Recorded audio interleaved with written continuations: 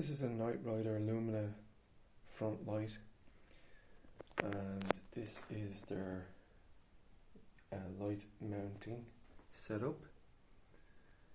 It's got a clasp, this for tightening, and this for quick release. Now the quick release is, in my opinion, a design flaw, because Nite Rider instructs you to set it up with this flexible part as quick release. As you can see, it moves off there, slides in and clicks in and is released here. You press it and then it moves off. It's a design flaw because they instruct you to have this part pointing into the cockpit towards the rider. You put your hands on the handlebar, you move your hands around.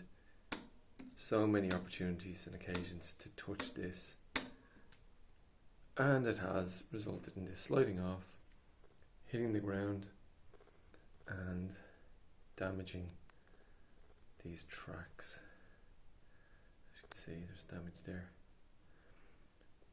which is supposed to slide on here. So I use a simple workaround for this. Put this front the opposite way as instructed by Nite Rider.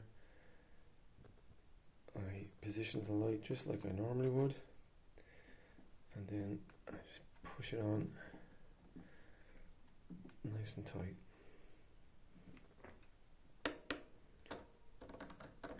It doesn't fall off. I've been riding it like that for over a year now.